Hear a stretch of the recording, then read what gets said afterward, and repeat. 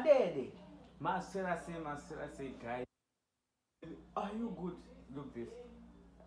That's the love that we have for you. What do you say, guys? What do you say? You know what, guys? Tangoti the guy to tingochekesa nenyaya. Actually, boys on ngachipindwa na series of my comment section, amwacha my inbox vachibvunza kuti ko guys, why nasta kone muna ninga singawira na ningi mangwana acho say muna ninga wache. So we want to make that clear to you guys, to you all. Yes.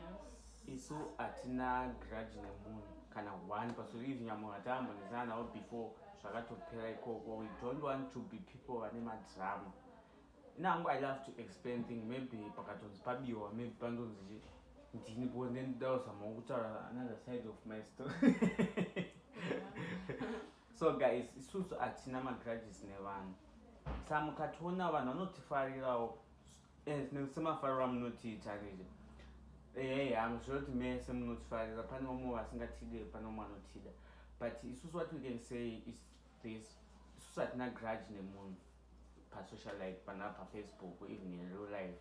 And it, so munhu akatiti guys ndikuda kuyazokuonai, you are free to come tongomuti uya because hatina munhu atotukana naye, hatina munhu atoti against you. And hatikwanisi kupinda panyaya dzevanhu dzatisingazivi kuti dzakatanga sei. Iwe ndozutasi unopenga mangwana uona vanhu vaya vese what is gonna happen. Iwo ndowakutoita kunga zvisina kukwana ende ndonotozovengwa.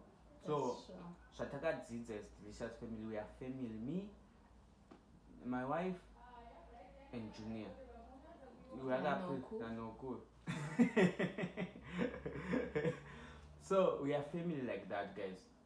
We don't need kuti tive nema drama pa Facebook.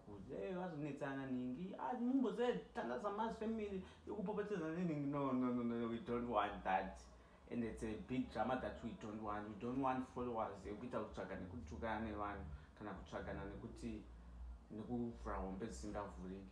Toda kuitawo vana vari cool, like always tichitaura nemunhu wese ada kungotiona otiona.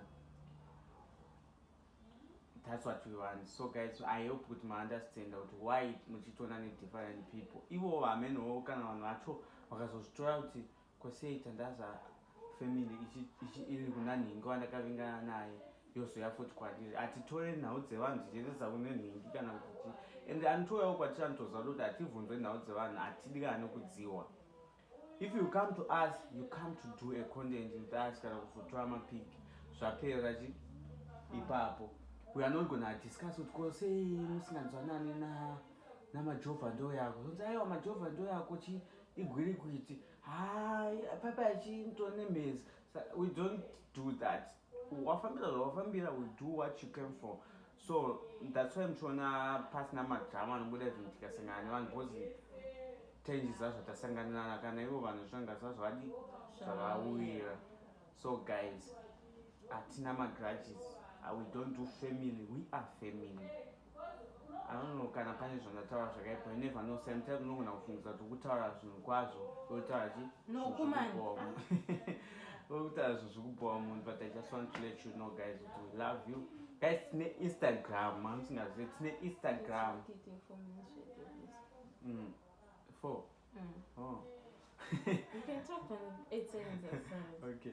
Tine Instagram guys yakanzi Tandaza. Tasingaiposte but tauda kuiposta now. Please guys, and I will not more like YouTube and alright, it's another story. And name page, Delicious Family page guys, so that you follow with that page guys. The page had Juju actually, so that all cheaters, that all Juju. Got to go say Delicious, but then Juju. But Juju mazana names count. Hello guys, I'm going to so it's better team page. Please guys, we love you. Thank you so much. Kuneva nonzwisisa, but no understand. We love you.